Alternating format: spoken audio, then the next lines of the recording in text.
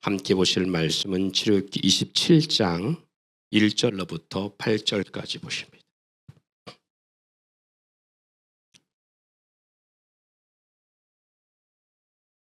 자, 1절부터 8절 말씀까지 27장 1절 8절 말씀을 같이 한번 읽어보겠습니다. 같이 봉독하지요. 너는 조각목으로 길이가 5규빗 너비가 5규빗의 제단을 만들되 네모 반듯하게 하며 높이는 3규빗으로 하고 그 네모퉁이 위에 뿔을 만들되 그 뿔에 이것에 이어지게 하고 그 제단을 노소로 싸고 재를 담는 통과 부삽과 대야와 고기 갈구리와 불 담긴 그릇을 만들되 제단의 그릇을 다 노소로 만들며 제단을 위하여 노소로 그물을 만들고 위에 네 모퉁이에 놋고리 넷을 만들고 그 물은 제단 주위의 가장자리 아래 곧 제단 절반에 오르게 할지며 또 그 제단을 위하여 채를 만들되 조각목으로 만들고 노소로 쌀지며 제단 양쪽 꼬리에 그 채를 끼워 제단에 베게 하지마. 제단은 널판으로 속이 비게 만들되 산에서 내게 보인 대로 그들이 만들게 하라. 아멘. 예. 오늘 놋제단에 대해서 함께 이어서 말씀을 나누려고 하는데요. 여러분 나눠준 교재 가운데 14쪽에 내 모퉁이의 내 뿔부터 보겠습니다. 그 전에 말씀들은 계속 보았던 거기까지 나왔던 말씀이니까 거기서부터 이어서 하겠습니다. 우선 놋제단의 모습과 생김새는 저렇게 생겼어요.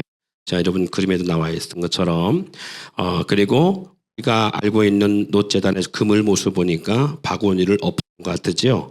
왜 이렇게 했느냐 하면 그 이유가 교재를 보면 나옵니다. 이 마이크가 문제가 있는 거예요. 됐다 냈다는 게. 예, 거기 한번 같이 읽어볼까요? 내 모퉁이에 내 뿔 시작. 뿔은 능력의 상징이며 뿔을 내 모퉁이에 둔 것은 세계의 전 인류를 대표하매니 하나님이 구원의 능력이 만인에게 십자가를 통하여 나타나셨다. 뿔을 잡는 자마다 구원을 받는 것은 십자가를 믿는 자마다 구원을 얻는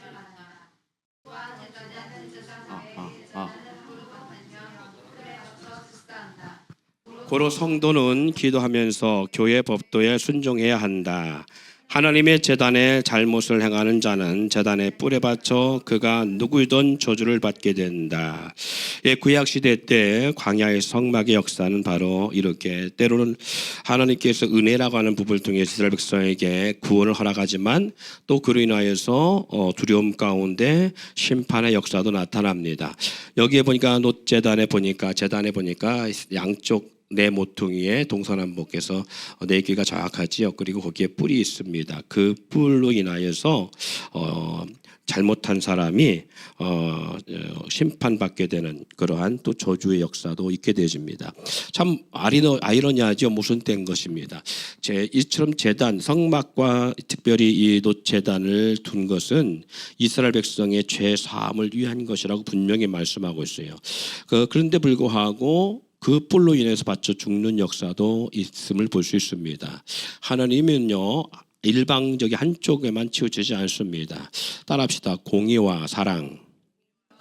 예, 우리가 법원에 가면 한 여성의 모습 속에 눈을 가리고 천칭을 들고 있는 모습이 이렇게 있어요. 거기 보면 좌우의 천칭이 똑같은 그런 것처럼 마치 그런 것 같으지요. 하나님은 공의로우신 하나님이시만 또한 사랑의 하나님이시기도 합니다.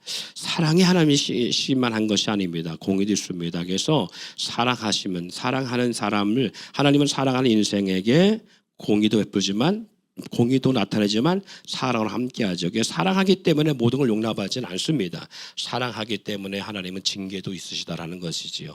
근데 사람은 감정적 존재이기 때문에 이것이 정확한 분별력이 없잖아요. 그래서 우리는 부모로서 자녀를 양육할 때 보면 동일하게 사랑과 공의로 자녀를 양육해야 되는데 우리는 어떻게 해요? 때로는 공의만 나타나기도 하고 때로는 사랑만 나타나기도 하죠. 그래서 우리 특히 한국 사람들이 그게 제일 잘 안 되는 것 같아요. 유럽이라든가 서양 사람들의 기본적 바탕은 기독교적 사고를 바탕으로 해서 그런지 몰라도 그들에게는 그게 분명합니다. 특히 가족 간에도 서로 우애하지 않으면 그들 나름대로의 자녀들을 양육하는 방법이 엄하게 이렇게 적용을 시켜요. 그리고 생각하는 의지 않는다든가 뭐 이런 것도 있지만 어쨌든 뭐 매를 대지 않는 뭐 부분이 있지만 어쨌든 간에 나름대로의 철저한 교육의 바탕을 두고 있고요. 그러면서 이렇게 너 혼자 단체 생활이라는 것, 사람들과 함께 한다는 것은 너 혼자 사는 세상이 아니야. 너로 인해서 다른 타인에게 방해가 되거나 아니면 해를 끼쳐서는 안 돼라고 하는 그런 관계 속에서 많은 사람들이 있는 뭐 식당이라든가 이런 가운데서도 아이에게 분명히 어떤 그걸 가르치고 그걸 해요. 근데 우리 한국 사람들은 그렇지 않아요. 기분 좋으면 다 용납하고 다 받아들여요. 수용해요. 근데 기분 나쁘면 별것도 아닌 것 같고 화를 낸다든가 자녀에게 훈계하다든가 아니면 뭐 이렇게 하는 부분들이 많이 있죠. 그래서 성경에 보면 자녀에게 뭐 하지 말라고 그래요? 자녀는 부모를 공경하고 부모는 자녀에게 노엽게 하지 말라라는 말씀을 합니다. 노엽게라는 것은 공의에 맞지 않는 걸 통해서 자녀가 이해할 수 없는, 용납할 수 없는 그런 모습, 논리적이지 못한 이런 모습을 말씀하고 있는 부분이 커요. 그러니까 우리는 자녀 양육할 때 모든 걸 다 수용하고 포용하고 내가 사랑하는 자녀이기 때문에 그 자녀의 잘못한 것도 다 그냥 이해하는 그런 부분은 어떻게 보면 자녀를 온전한 양육으로 사랑으로 키우는 것보다는 어떻게 보면 잘못된 길을 가게 만드는 모습일 수 있고요.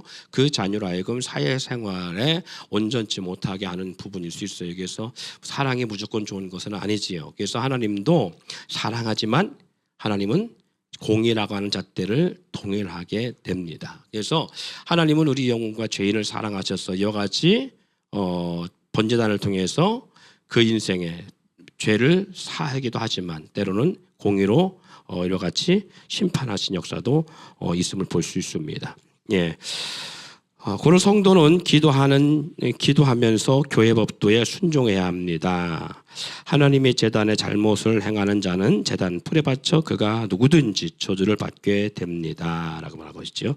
여기 성도들이 신앙생활은요, 항상 어디에 기준을 둬야 되냐, 말씀과 더불어 교회 법도의 기준이 돼야 돼요. 그 사랑이라는 하나님 나를 사랑하기 때문에 모든 걸 용납한다는 생각 때문에 하나님의 법과 어떤 그 교회법을 벗어나거나 그것에 관계없이 신앙생활하는 것은 온전한 신앙생활을 할 수가 없지요. 자, 16쪽으로 갑니다. 16쪽 놋금을 자 읽어볼까요? 시작.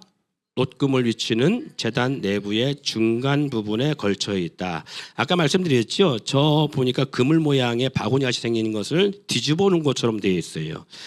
왜 그런가 하면 저 놋제단에 저 그물이 중간에 오르도록 하기 위함입니다. 자, 그러면 봅시다. 그물은 복음이며 고기는 인생이다.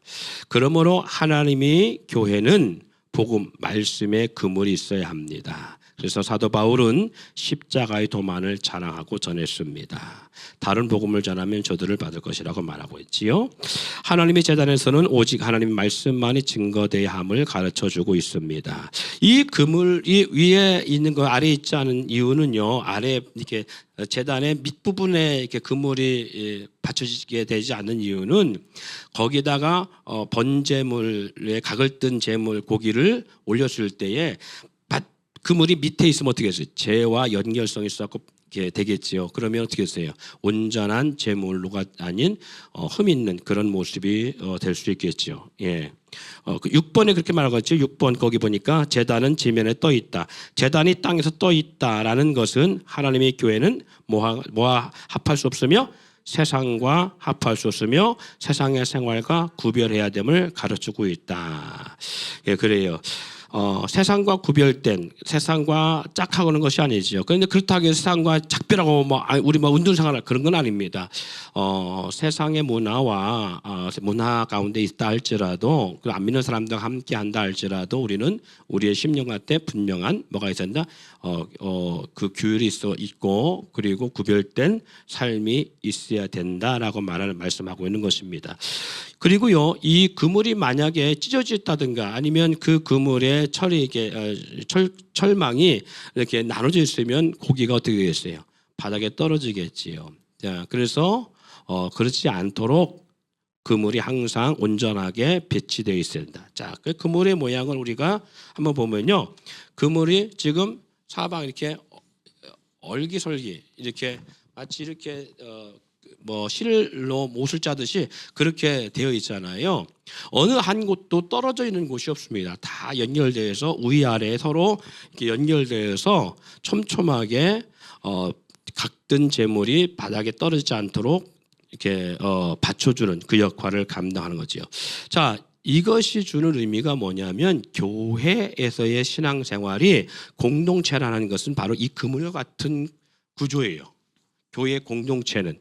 그래서 이 그물 같은 공동체에서 서로가 뭐 해야 된다? 연결성을 가지고 있어야 됩니다. 그래야 교회에 누군가 전도에 새로운 성도가 들어왔을 때 그 성도가 이 교회 영적 그물에서 빠져나갈 수 없는 그런 모습을 갖게 되어지는 거죠. 그래서 교회는요, 대그룹 공동체 속에 여러 개의 소그룹 공동체의 모습을 갖고 있는 거예요.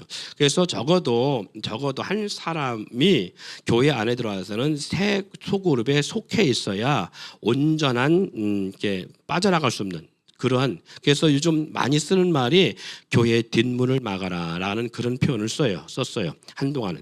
왜 그러냐면 들어오는 사람이 나갈 수 없도록 하는 것 중에 하나는 바로 그런 모습입니다. 그래서 어느 공동체나요, 건강한 공동체의 모습은 한 사람 하나만 어떤 하나의 그 소그룹에만 이렇게 연결되어 있지 않냐고요. 기본적으로 세 개의 소그룹, 특히 이단들이 이걸 되게 잘합니다. 이 세 개의 소그룹에 서로 연결돼요. 다시 말해서 적어도 한 사람이 아니라 한 사람을 놓고 세 사람 이상이 그것을 관리할 수 있는 그런 시스템이 돼야 돼요. 그래야만이 그 공동체에서 살아남을 수 있고요, 공동체 적응할 수 있고요, 공동체에서 성장할 수 있는 모습을 갖게 되어집니다. 그래서 이 그물망의 모습이 바로 그걸 우리 가운데 전해주고 있는 거예요. 그렇지 않으면 영적으로 땅에 떨어진다. 그 영적 의미는 뭐예요? 타락하는 거죠. 세상으로 다시 돌아갈 수밖에 없는 그런 모습이거나 하나님 받을 수 없는 어떤 그러한 재물이 될 수밖에 없는 것처럼 하나님 받지 못하는 것처럼. 그래서 성경에 로마서 12장에 우리 가운데 하시는 말씀이 뭐라고 해요? 너희는 이 세대를 본받지 말고 하나님 기뻐하신 거룩한 산 제사를 드리라. 이것이 너희가 드릴 영적 예배니라 라고 말씀하시는 것이 그 모습을 우리 가운데 보여주고 있습니다. 그래서 교회 안에서는요, 이 그룹 안에서 연결성이 온전하지 못하면, 그래서 베드로가 처음에 예수님을 만날 때 디베랴 바다에서 갈릴리 바다에서 예수님을 만났을 때 예수님께서 베드로에게 요구한 것이 뭐예요? 깊은 곳에 가서 그물을 내리라. 그래서 그물을 내렸더니 힘이 많은 고기가 잡혀서 어떤 역사가 일어나요? 그물이 찢어진 역사가 일어나지요. 예. 초기에는 예수님을 처음 만날 때는 이런 역사가 일어났지만 나중에 3년 뒤에 부활하신 예수님을 다시 만났을 때 동일한 조건의 질문을 그 숙제를 주지요. 그래서 뭘 써요? 오른편에 그물을 내리라라고 말하는데 그때는 찢어진 역사가 일어나지 않아요. 그리고 정확하게 잡힌 숫자까지도 이렇게 표현합니다. 왜 그러냐면 바로 그런 부분이에요. 왜 그렇게 예수님께서는 베드로에게 그런 두 번을 통해서 한 번은 찢어지는 많은 힘이 많이 잡혀서 한 번은 찢어지지 않을 만큼의 그물의 양의 고기의 역사를 기적적으로 보여줬느냐라 하면 바로 제자들에게 주님께 요구하는 게 바로 그거예요. 너희가 세상에 나가서 영혼을 구원할 때 그 영혼이 너희의 찢어진 관계로 인하여서 세상으로 나가는 그런 잃어버린 영들로 만들지 말라라고 하는 그런 모습이 그에 담겨 있어요. 그 고기를 잡아갖고 와서 육지에서 이렇게 숫자를 세지요. 153이라고 하는 그 숫자가 의미하는 것이 나름대로 고대에는 숫자적인 그 의미가 있으니까 있겠지만 어쨌든 중요한 것은 바로 그런 의미를 담고 있고요. 처음에는 깊은 곳에 가서 그물을 내리라고 말했다면 두 번째 부활하신 모습으로 베드로에게 찾아와서 요구하신 미션은 오른편이라고 하는 말씀입니다. 배 오른편에. 처음과 다른 요구 조건이지요. 처음에는 깊은 곳에라고 하는 단어를 썼어요. 그러니까 깊은 곳이라고 할 때는 얕은 곳에서는요 고기가 잡히는 종류가 한계성이 있어요. 깊은 곳에는 여러 종류의 고기를 잡을 수 있는 것이 있다는 거죠. 그리고 해가 뜨면 고기는 깊은 곳으로 갑니다. 얕은 곳에 있지 않아요. 깊은 곳으로 가요. 그러니까 베드로에게 요구하고 있는 그 주님께서 말씀하시는 것은 고기 있는 곳에 가서 그물을 내리라라는 의미를 갖고 있는 거예요. 밤이 맞도록 수고해. 베드로 더 잘 알겠지요. 그런데 불구하고 밤이 맞도록 수고해 얻은 건 어렵지만은 그럼에도 불구하고 깊은 곳이라는 것은 다양한 어종의 고기와 많은 수확량을 위한 그물을 내리라라고 말함을 통해서 예수님께서 그들에게 제자 삼을 것에 대한 분명한 메시지와 의지를 가지고 하신 말씀이에요. 그런 메시지 의지를 가지고 많은 분들이 복음을 전할 때 시내는 교회가 많으니까 외곽으로 가고 그리고 시골로 가고 뭐 농촌으로 가고 어촌으로 가고 그것도 필요한데 사도 바울은요 어디로 갔는지 하면 예수님을 만나고 그가 복음 전도자가 되고 나서 간 곳이요 대도시로만 갔습니다. 다시 말해서 오늘날로 말하면 인천항이 있는 인천직화시, 인천광역시, 아니면 부산항이 있는 부산광역시. 그 사도 바울의 선교지 사역을 보면 전부 다 그런 곳이에요. 고린도도 여러분들 이제 성지순례를 혹시 나중에 기회되어 가시면 사도 바울의 이 발자취를 따라 가게 돼 있어요. 거기가 터키 그리스인데 터키 그리스를 가보면 에베소도 그렇고요. 그리고 고린도도 그렇고요. 에베소는 터키 지역, 지금 말하면 터키 지역의 최고 큰 무역 항구 도시였어요. 세계 모든 배들이 다 글로 모일 수 있는 그런 어마어마한 그러한 무역 강의 도시였다면 코린도라고 하는 지역은 그곳은 그리스 지역의 무역항의 최고의 무역항 지역이에요. 그런 지를 가면 고대 2000년에 그 도시가 얼마나 웅장하고 컸고 발전했었는가를 알 수 있어요. 그래서 사도 바울은 복음을 전할 때 그렇게 세계 많은 사람들이 모이는 그리고 많은 다양한 인종들이 함께하는 그리고 그 당시 때 최고의 문명의 역사를 누리고 있던 도시에 가서 복음을 전하고 전도하는 역사를 이루는 그런 모습을 볼 수 있습니다. 그러기에 어떻게 보면 사도 바울 한 사람을 통해서 복음이 아시아로 유럽으로 그리고 전 세계로 확장되는 그 엄청난 틀의 역할을 감당했다라고 할 수 있어요. 왜 하나님이 사도 바울을 선택하셨을까라고 했을 때에 하나님이 역사하는 그런 모습이 있습니다. 그러니까 근데 우리는 복음을 전할 때에 한 생명도 중요하지요. 중요한데 우리는 어디로 가냐면 자꾸 소외된 곳, 외진 곳 이런 곳으로 해요. 근데 예수님께서 제자인 베드로에게 요청했을 때 깊은 곳에 가서 그물을 내리라라고 하는 의미 속에는 사도 바울처럼 너희가 복음을 전할 무대는 어디다? 이 이스라엘에 국한되지 않는다는 거죠. 열방 가운데. 그래서 제가 그런 말씀 드렸잖아요. 예수님의 제자 가운데 목동이 있어요, 없어요? 목동이 없어요. 그리고 당시에 직업군으로 본다면 제자들 가운데 직업군들이 어디가 제일 많아요? 어떤 직업군이? 어부들이 제일 많아요. 왜 예수님께서는 예수님이 태어났을 때에 와서 예수님이 나심을 기뻐하고 축하해 줬던 사람들 가운데 동방박사가 있지만 또 누가 나와요? 직업적으로? 목동이 나와요.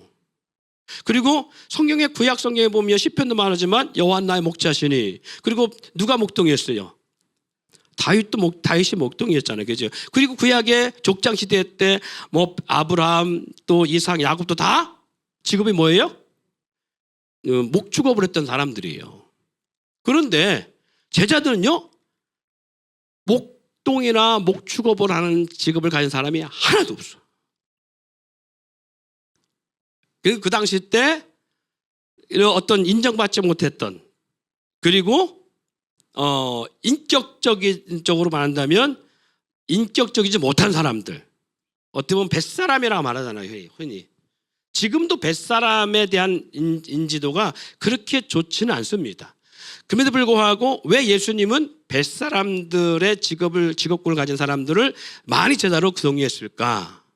예수님만이 갖고 있는 어떤 스킬이겠죠? 왜 그랬을 것 같아요? 제가 설명을 드렸던 적이 있었어요. 왜 그런지.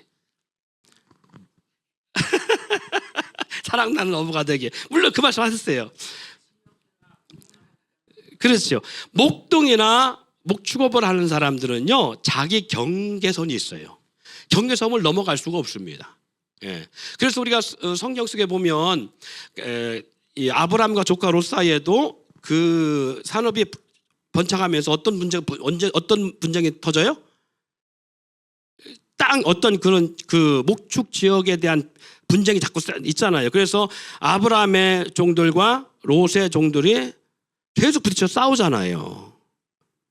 그리고 그러다 보니까 결국은 헤어지는, 어떤 보면 그 더 넓은 확장된 것을 위해서 헤어지는 역사가 일어납니다. 예. 이와 같이요, 이 목동이라든가 목축업을 하는 사람들의 그 속에는 항상 그 한정된 경계가 있어요.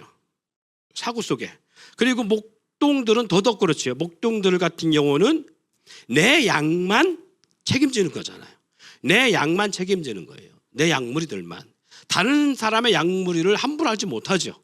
예. 반면에 어부의 스킬, 어부의 스타일은 뭐예요? 어부의 기질은 경계가 있어요, 없어요? 없어요. 갈릴리 바다가 다 내 구역이야. 갈릴리 바다가 어떤 경계선이 없습니다. 그리고 나는 무슨 뭐 예를 들어서 나는 예를 들어서 붕어만 잡아야 돼. 나는 뭐 꼴뚜기만 잡아야 돼. 그런 게 있어요, 없어요? 없어요. 그 물에 잡히는 모든 건 다 잡을 수 있는 거잖아요. 그러니까 특별한 어떤 대상이 없어요. 모든 게 잡을 수 있는 대상이에요. 그러니까 대상에 경계가 없다. 그리고 지역에 경계가 없다라는 거예요. 특징이에요. 그럼 우리 주님께서 하셨던 마태복음 18장의 마지막 절에 하셨던 말씀을 우리가 기억해낼 겁니다. 너희는 가서 모든 족속으로 제자를 삼으라는 거잖아요. 네. 그런데 목동을 만약에 제자 삼으면 성령의 특별하게 그들을 훈련시키지 하지 않으면 기질상 체질상 벗어나지 않아요. 어떤 그 경계라든가 어떤 그런 인종이라든가 이런 부분을 벗어날 수가 없어요. 그래서 어떻게 보면 예수님께서는 제자들 가운데 많은 직업군 가운데 목동을 선택하지 아니하고 어부를 선택한 기준이 되지 않나. 또 그들 가운데 또 어떤 직업군들이 있었어요? 그렇죠. 세리들. 세리는 당시에 그들은 어디 사람이에요? 세리라고 말하는 그들은 유대인들이에요. 유대인들인데 누구를 위해서 일해요? 로마를 위해서 일해요. 그러니까 이들은 살아남기 위해서 자기들의 살아남기 위해서 사실은 자기의 민족을 배반한 것 같이 되어서 속과낙지를 받고 당시에 매국노라고 멸시를 받고 정죄를 받았지만 세리라고 하는 이 속에서 그들의 사고 속에서는 뭐가 있다? 내 민족만 생각하지 않는다는 거죠. 예. 그가 누구든 뭐 우리 민족을 지배하고 우리 민족을 아프게 했고 우리 민족을 강압적으로 고통을 주고 그랬을지라도 그들은 그들을 위해서 충성하는 모습을 볼 수가 있어요. 무엇을 위해서? 로마를 위해서. 그러니까 결국은 뭐예요? 국소주의적 사고를 벗어난 자들을 통해서 하나님 우리 예수님께서는 제자 삼았다라는 얘기예요. 여기에서 제일 성경의 인물 가운데 선지자들 가운데 인물들 가운데 이 국수주의에 빠져서 헤맸던 사람이 있어요. 누구냐면 바로 요나입니다. 요나가 국수주의에 빠져 있던 사람이에요. 근데 오늘날 목회자도 저도 마찬가지라면 이 국수주의적 사고가 쉽게 벗어지질 않아요. 그 요나가 갖고 있던 건 뭐예요? 니느웨에 가서 복음을 전하라는 거잖아요. 니느웨를 깨우라는 거예요. 니느웨가 죄악이 많아서 이제 심판받을 수밖에 없는데 너가 가서 니느웨 백성들을 깨우라는 얘기잖아요. 그들에게 회개를 요청하라는 얘기잖아요. 그런데 요나가 하는 일이 뭐예요? 요나가 행한 행동은 뭐였어요? 니느웨로 갔어요? 아니요. 욥바에 내려가서 니느웨의 정반대인 다시스로 가는 배를 만나고요. 다시스로 갑니다. 예. 근데 이것을 강권적으로 니느웨로 보내는 역사를 누가 하셔요? 하나님이 하시잖아요. 자, 그런데 보세요. 니느웨로 가야 될 요나가 우리 같으면 하나님이 명령했는데 두려워서도 뭐 그렇게 못할 거예요. 근데 이 두려움 가운데 있었으니까 배 밑창까지 깊이 내려가서 잠이 들었겠죠. 우리는 두려워서 잠 못 잘 것 같은데 요나는 잠을 자요. 거기 가서. 왜 그랬냐 하면 내가 굳이 하나님이 명령이긴 하지만 내가 굳이 그렇게 해야 돼? 아니 저 니네 백성들은 우리가 웬수인데 토시탐탐 노리고 항상 이스라엘 백성들을 힘들게 했는데 왜 굳이 저들을 깨워? 하나님, 여호와 하나님 너무하시지 않는가라고 하는 하나님에 대한 반감적인 모습이 있었던가 봐요. 그래서 어떻게 보면 요나가 그 운명론적인 어떤 사고를 생각했는지 모르겠어요. 욥바에 딱 가서 앞에 있는 배 탄다 이렇게 하는지 모르겠죠. 욥바에 내려가서 항구에 정박되어 있는 배를 타야 되겠다. 떠날 배를 타야 되겠다. 만약에 여기서 떠날 배가 니느웨로 가는 배라면 어쩔 수 없이 타고 가지만 그러나 다른 데로 가는 배다. 그거 하나님이 예비하신 역사라고 생각. 난 갈 거야. 어떻게 보면 이런 생각이 있어서 잠을 잤는지 모르겠어요. 그냥 딱 욥바에 가서 정박되어 있는 출항하기 앞서 있는 딱 배를 보니까 니느웨 가는 배가 아니라 다시스로 가는 배예요. 그걸 딱 탄 거예요. 근데 요나는 알고 있잖아요. 나는 어디로 가야 된다는 거? 니느웨로 가야 된다는 걸 알고 있잖아요. 그런데 하나님의 명령에 거스르고 싶은 요나의 국수적이적 내 민족을 괴롭히는 저들을 왜 심판받게 내둬야지? 당연히 심판받아야지. 뭐 이런 마음에 어떤 그런 분노가 그리고 용납할 수 없는 우리 그렇지 않나요? 우리 특히 남자들은 뭐 국제 축구 국제전 한다. 그러면 일본하고 한국하고 싸운다. 그럼 우리는 막 이겨야 되잖아요. 뭔가 막 이겨야 되네. 그리고 우리나라보다 뭔가 막 더 힘이 세거나 뭔가 큰 나라이다. 그러면 우리는 다 놈으로 해버리잖아. 다 일본 놈, 중국 놈, 뭐 미국 놈. 근데 우리보다 좀 약한 민족이나 국가에 대해서 놈 안 붙입니다. 우리 희한한 사고를 갖고 있어요. 베트남 놈 이렇게 안 합니다. 근데 우리보다 더 강대국이다 그러면 놈자 붙여. 아주 희한한 사고를 갖고 있는 그런 민족이에요. 어쨌든 간에 우리나라 민족 그런 민족인데 이 민족의 특성상 우리도 일제의 침략을 받았고 중국의 침략을 받았던 그런 고대 과거에 그런 마음이 있어서 우리 속에도 이런 게 있어요. 국소적 사고가 있어요. 그래서 다른 데로 선교를 가라면 가자면 나 그건 안 가. 이런 분들도 있을 수 있다 그 말이죠. 그런데 요나가 바로 그런 인물 중에 하나였어요. 니느웨는 이스라엘과 철저히 원수인데 왜 내가 그 나라에 가서 복음을 전해 오히려 심판받고 멸망받아야지 하는 사고가 있어서 하나님의 뜻을 거스리고 욥바에 가서 다시스로 가는 배를 탔는데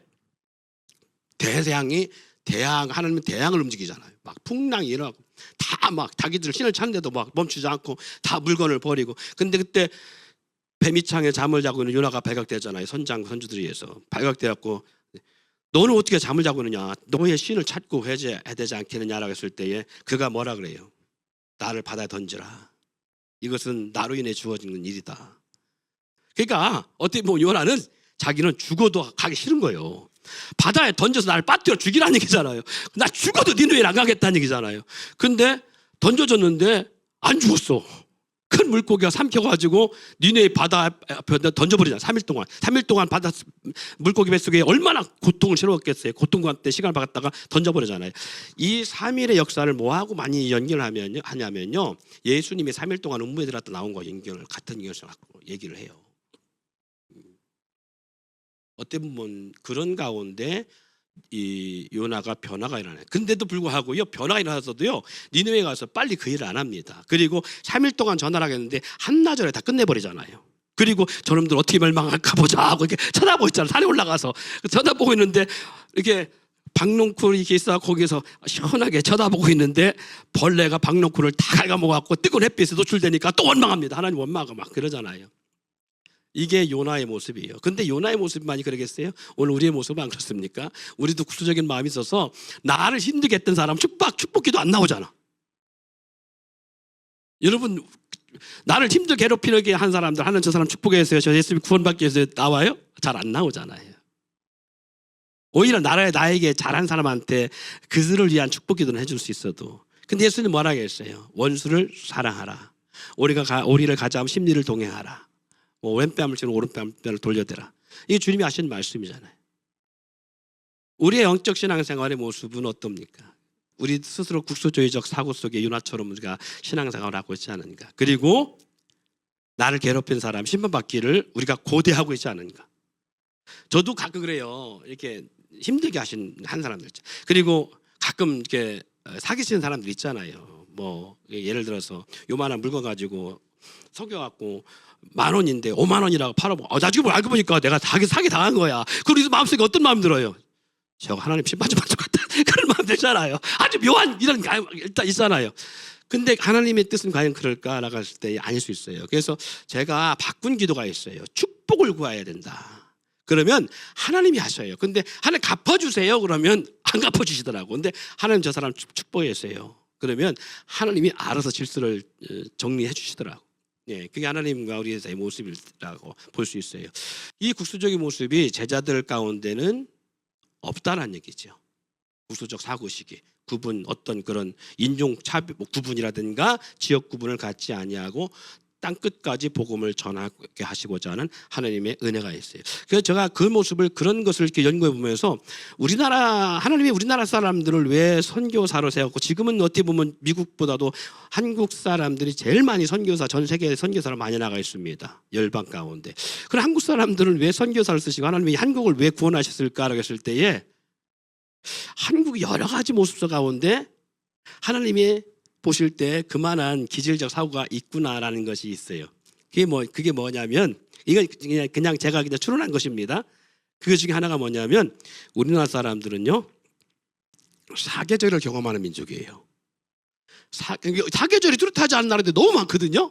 근데 우리나라 사람들은 봄, 여름, 가을, 겨울 사계절을 뚜렷하게 경험하고 사계절에 몸에 밴 사람들이에요. 그러니까 우리나라 한국 사람들은 어디다 갖다 놔도 잘 버텨낼 수가 있어요. 그것이 시베리아 통토를 갖다 놓든지 아니면 남극에 갖다 놓든지 아프리카 한가운 더운 나라를 보내든지 다 버텨내. 아프리카 사람 우리나라 와서 데프리카라고 그럴 만큼 대구가 아프리카보다 더 덥다고 그랬잖아요. 러시아 사람이 한국에 와갖고 한국 추위 보고 뭐 했다는 그런 말도 있는 것처럼 한국 사람들은 다 잘 견뎌요. 그러니까 어디 갖다 놔도 버틸 수 있는 사람들이, 그래서 한국을 선택하고 한국을 선교의 무대에 중심에 둔 게 아닌가. 또 한국 사람들은요, 먹는 것에 대한 부분에는요 세계 어느 민족보다도 잘 먹어요. 못 먹는 게 없어요. 다 잘 먹는 어떤 그런 모습 속에서 그 모습을 볼 수가 있고, 여러 가지 그런 걸 봤을 때 우리 한국 사람만이 갖고 있는, 세계 어떤 민족도 갖고 있지 않은 특이한 점들이 있어요. 예, 그 특이한 점들이 선교에 아주 큰 영향을 끼칠 수 있다는 것들이죠. 이런 부분들이 어떻게 보면 제자들처럼 갖고 있는 기질, 이 기질을 하나님은 쓰신 모습이 있지 않은가라는 생각을 합니다. 예, 그래요. 그래서 그물의 모습을 저와 여러분들이 나누는데, 우리가 이 그물의 모습은 이 안에 올려진 각을 뜬 고기가 떨어지지 않도록, 그리고 하나님 받으시는 향기로운 제물이 되도록 해야 되는 게 그물의 사명이라면, 교회라고 하는 이 영적인 번제단 같은 이 공동체 안에서 우리의 사명이 뭐다? 교회 문을 열고 들어온 어떤 성도들도 교회 밖으로 나가는 일이 없도록, 신앙을 온전하게 세워갈 수 있도록 하기 위해서는 반드시 우리가 그물 역할처럼 촘촘한, 그리고 관계의 중심적인 모습이 있어야 된다라는 부분들을 우리가 이 말씀을 통해서 나눌 수가 있습니다. 자, 네 번째, 내 모퉁이의 내 고리는 사랑을 의미합니다. 고리는 사랑을 말한다. 고리는 시작도 끝도 없이 뭐가 나질 않는다. 이는 하나님께서 온 인류를 사랑하심을 뜻하며 교회는 사랑으로 충만해야 됨을 가르쳐 줍니다. 두 개의 채는요, 두 개의 채는 신구약의 하나님 말씀입니다. 다시 말해서 제단의 회개와 봉사하는 삶이 말씀으로 인하여서 우리가 감당하지 않으면 반드시 온전하게 이것을 들 수가 없어요. 예, 하나님의 광야에서 성막 위에서 하나님의 구름 기둥과 불 기둥이 딱 떠오르면 레위인들의 해야 될 일들은 이 성막의 모든 기구들을 딱 포장해서 쾌에 딱 쳐서 옮겨야 되거든요. 그러면 이 고리에 두 채를 딱 꿰서 옮겨야 돼요. 지금 번제단 다시 한번 보여줄래요? 번제단도 보면 저렇게 양쪽에 채가 꿰져 있잖아요. 채가 꿰져 있는데 고리에 꿰어서 이렇게 해요. 그러니까 말씀과 사랑이라고 하는, 말씀은 뭐예요? 공의잖아요. 그러니까 공의와 사랑으로 신구약의 말씀이 딱 하나가 돼서 온전하게 들여 올려지는 역사가 있어야 된다. 옛날에 전도 방법 가운데 그리고 양육 방법 가운데 수레바퀴라고 하는 그런 교재가 있었어요. 내비게이터에서 나왔었나? 수레바퀴라고 하는 교재가 나와 있었는데 한번 생각해 보세요. 이 수레바퀴가 그거와 비슷한 의미를 갖고 있습니다.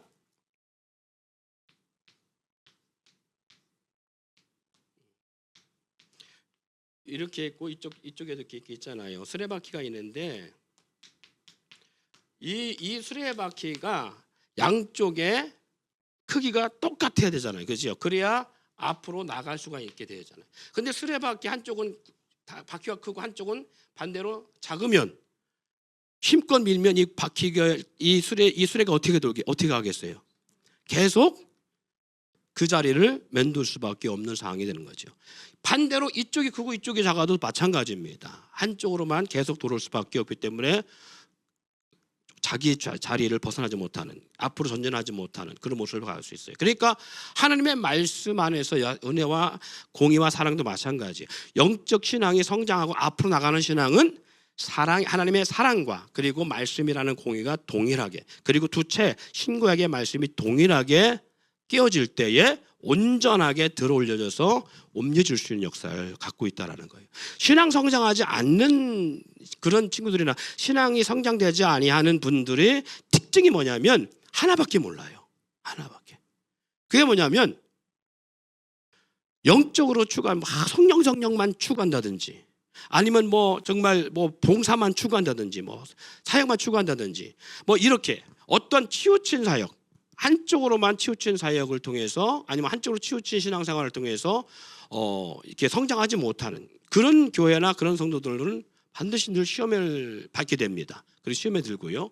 성장하지 못하는 것이에요. 그래서 하나님 말씀이라고 하는 이 신구의 말씀으로 온전하게 봉사할 때에 앞으로 나갈 수 있는 모습을 갖게 되신다는 거예요. 예.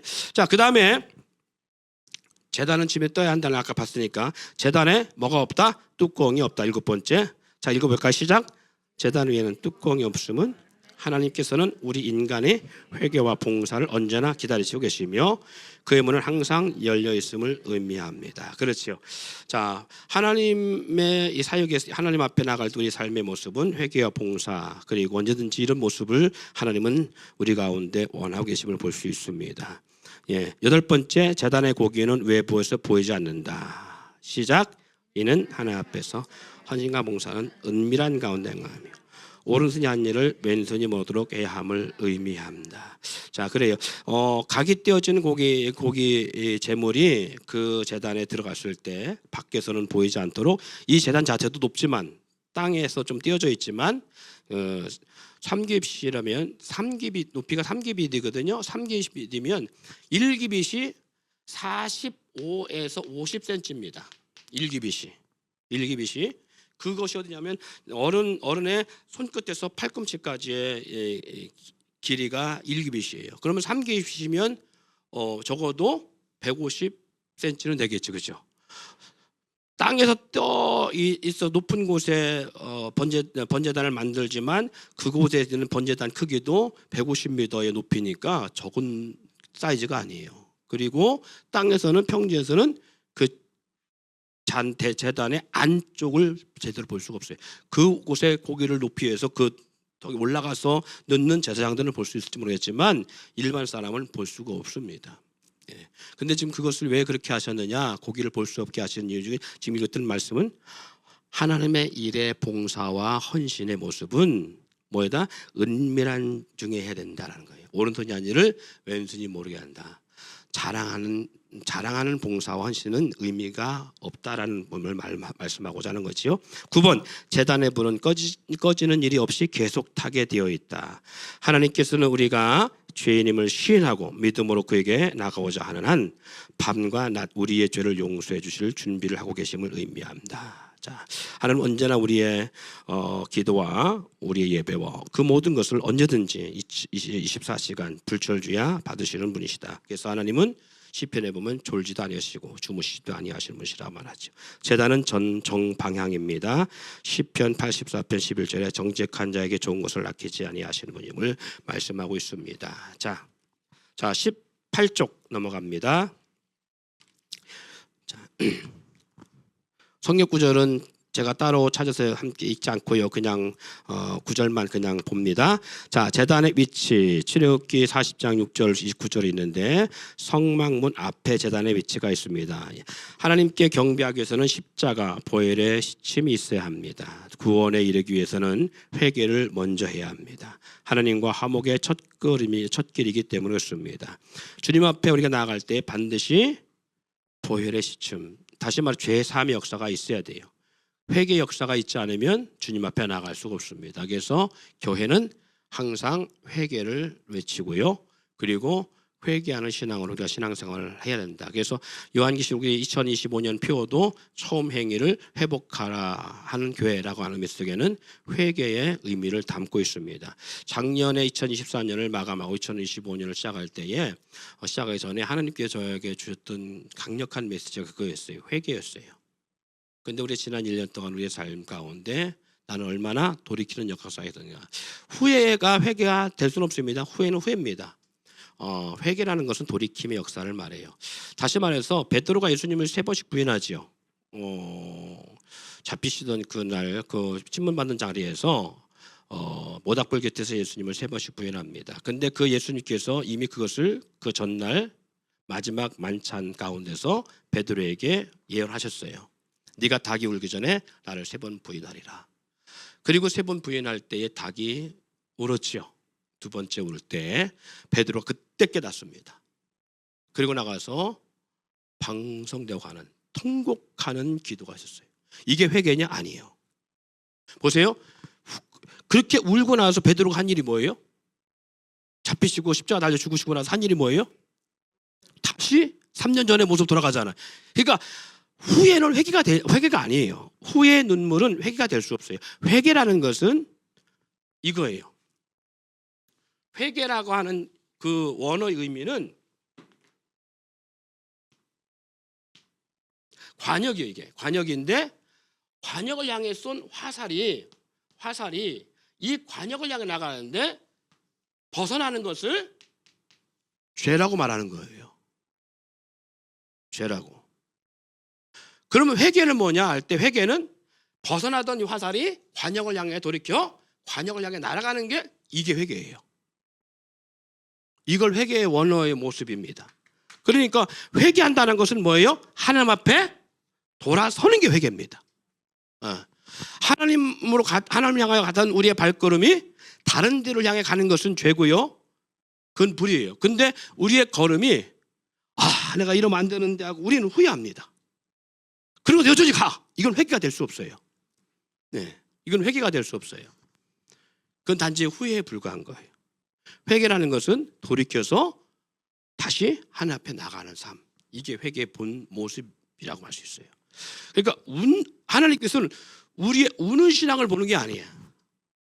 결단하고 돌이키는 신앙을 보는 거예요. 이게 뭐냐? 자기를 부인하고 십자가를 지는 삶의 모습이겠죠. 자, 그래서 반드시 주님 앞에 나아갈 때 먼저 해야 되는 것은 반드시 회개의 역사가 있어야 된다라는 거예요. 자, 제단의 기구 여러 가지가 있습니다. 고기대야는 고기를 제단으로 운반하는 데 사용됩니다. 이는 뭘 의미한다고요? 전도를 의미한다. 예. 교회는 이런 대야가 있어야 되겠어요? 없어야 되겠어요? 예, 있어야 되겠죠. 그러면 고기 갈고리는 자 읽어볼까요? 고기 갈고리는 고기 대야에서 가져온 고기를 갈고리에 찍어서 제단 위에 놓는다. 이는 뭐예요? 사랑의 갈고리를 의미합니다. 특별히 사랑이 많은 사람이 있어요. 전도를 하는 잘하는 사람의 그런 달란트를 가진 사람들이 있고요. 또 교회 안에서 주님 앞에 또 그리고 주의 종과의 관계를 잘 이렇게 매치시켜주는 사람이 있어요. 예, 이런 사람이 바로 고기갈고리 역할을 감당하는 사람이겠지요. 예, 사실 그 처음 교회 전도돼서 온 사람이 목회자와 친밀할 수는 없습니다.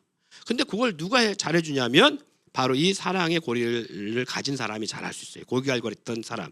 이게 결국 뭐냐면 처음에 교회 왔는데 이 교회에 대한 내용도 모르고 상황도 모르는데 목회자에 대해서 부정적으로 말하고 그러면 아무리 목회자하고 친할 수가 없지, 그죠? 네, 그러니까 사랑의 은사가 있는 사람이 이 고기갈고리를 감당할 수 있어요. 예. 목회자에 대해서 긍정적이고 그리고 목회자에 대해서 신임할 수 있고 그 목회자와 친밀 속에 있을 때에 그래서 그런 사람이다. 사랑의 갈고리를 의미합니다. 불 옮기는 그릇 화로. 자, 이거 볼까요? 화로에는 언제나 불씨가 있어서 뜨거웠다. 이는 교회에서 성령의 불이 뜨거워야 함을 의미합니다. 그렇지요. 불이 꺼지면 안 된다고 했어요. 불이 꺼지면 안 된다. 그러니까 항상 불을 지피는 사람이 있어야 돼요. 그리고 항상 기도하는 사람이 있어야 돼요. 교회는 그래야만이 교회가 온전하게 세워질 수 있고 하나님 받으실 만한 향기로운 공동체가 될 수 있습니다. 자, 부삽. 자, 읽어볼까? 시작. 부삽은 제단에서 재물과 나무가 타면서 재를 바람에 날리어 성전 안에 날리기 전에 부삽으로 긁어 제단 통에 담는 것이다. 부삽은 교회의 화목을 위한 교회의 시험에 없애는 기구이다. 예, 그래요. 교회에서 덮는 사람이 있어요. 예. 자, 5번까지 보고 마칩시다. 시작. 성막을 세운 광야에서는 바람이 많은 곳이다. 바람만 불어오면 재들이 성막 안으로 날리게 되니 재통을 만들어서 뚜껑을 열고 재를 담은 후에 뚜껑을 닫아 버리게 하였다. 그리고 재가 하득하면 진 밖에 가서 쏟아 버린다. 진 밖이라 함은 영문 예루살렘 밖 갈릴리 십자가 밑에 쏟으라는 말이다. 즉 예수님께서 행하신 것처럼 행하라는 뜻이다. 그래요. 어떻게 보면 이 재가 고기를 태우고 나무를 태운 재가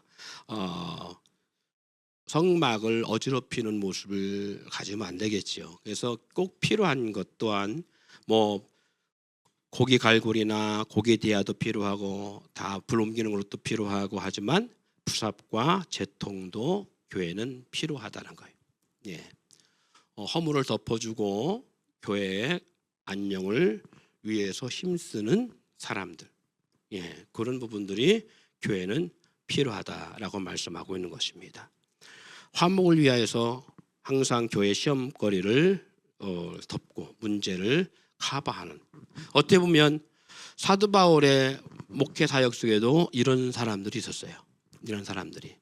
그래서 어떻게 보면 다윗의 역사도 그렇지만 사도 바울의 복음 사역 속에 예배를 잘 드렸다라고 하는 내용이 없어요. 다만 뭐했냐, 사도 바울을 위해서 저들이 어떻게 합력하고 그리고 섬겼느냐라고 하는 부분으로 사도 바울의 서신서에는 그것으로 기록되는 걸 볼 수 있습니다. 여기 어딘지 베베라고 하는 여집사의 모습이 바로 그래요. 그는 베베 집사는 자매라고 말하면 뭐라 말하느냐? 나의 보호자였다라는 말을 해요. 보호자였다. 그 의미 속에는 뭐냐면 사도 바울의 허물, 또 사도 바울에게 있어서 불의한 어떤 상황들이 왔을 때에 그걸 베베 집사가 커버하는 일을 감당하고 오늘날로 말하면 변호사 역할을 감당해준 그러한 자매의 모습을 담고 있습니다. 네. 그런가 하면 뭐 모세를 향한 여호수아 갈렙도 그렇지만 사도 바울의 사역 속에도 보면 눈이라도 빼어주고자 했던 그러한 모습을 볼 수 있습니다. 어떻게 보면 사도 바울이 주님이 명령한, 주님이 그에게 준 영적 미션, 이방인에게 복음을 전하고 로마에까지 가서 황제에게 복음을 전하고 그리고 나서 하느님 앞에 어떻게 그가 서야 할 것인가라고 하는 그러한 미리 그를 부를 때에 주었던 미션을 사도 바울이 끝까지 수행할 수 있었던 것도 그런 동역자들이 있었기 때문에 가능했던 것이라 볼 수 있습니다. 교회도 마찬가지예요. 교회가 이 번제단의 그물망처럼 그리고 이 번제단에 필요한 많은 기구들처럼 교회는 각자의 사역들, 그래서 다양한 성품, 다양한 기질, 다양한 재능을 가진 사람들이 모이는 것 중에 또 하나님께 부르신 이유는 각자의 필요한 모습들이 있어요. 어떤 사람은 사랑으로, 어떤 사람은 기도로, 어떤 사람은 봉사로, 어떤 사람은 교회의 허물을 덮는 그런 모습들, 시험거리를 미리 알고 그것을 위해서 원천 차단하는 그런 사람들, 또 어떤 사람은 주의 종과의 관계를 잘 이렇게 매칭시키기 위해서 교회가 더욱 돈독해지는 일들을 감당하는 이런 모습들, 또 어떤 사람은 사도 바울의 복음 속에 복음을 전하는 속에는 재정적인 역할을 감당했던 루디아 같은 여인들이 있었거든요. 그는 자주장사로 고린도에 상당한 재물을 얻었던 사람인데 그와 같이 사도 바울의 복음을 위해서 자기가 번 재물로 사도 바울의 복음의 역사를 돕는 그런 모습의 사람들이 있었는가 합니다. 다양한 그런 사람들이 사도 바울의 선교 사역, 복음 사역에 함께했던 걸 볼 수 있습니다. 그러기에 사도 바울이 끝까지 완주할 수 있었지 않나. 그래서 성경의 그 사도 바울의 서신서를 보면 내가 주님 앞에 이제 서기가 서는 날이 가까웠다. 나의 달려갈 길을 다 마쳤다. 그래서 하늘로부터 받는 영광의 면류관을 얻게 될 것인데 나로 인하여 너희들도 그런 얻을 수 있는 그런 것을 사모하고 기다리라 라는 말씀으로 서신을 정리하는 걸 볼 수 있습니다. 예, 그런 모습이 우리 교회 공동체도 있기를 바라고 또 그리고 그런 모습으로 성장해 가기를 축원합니다.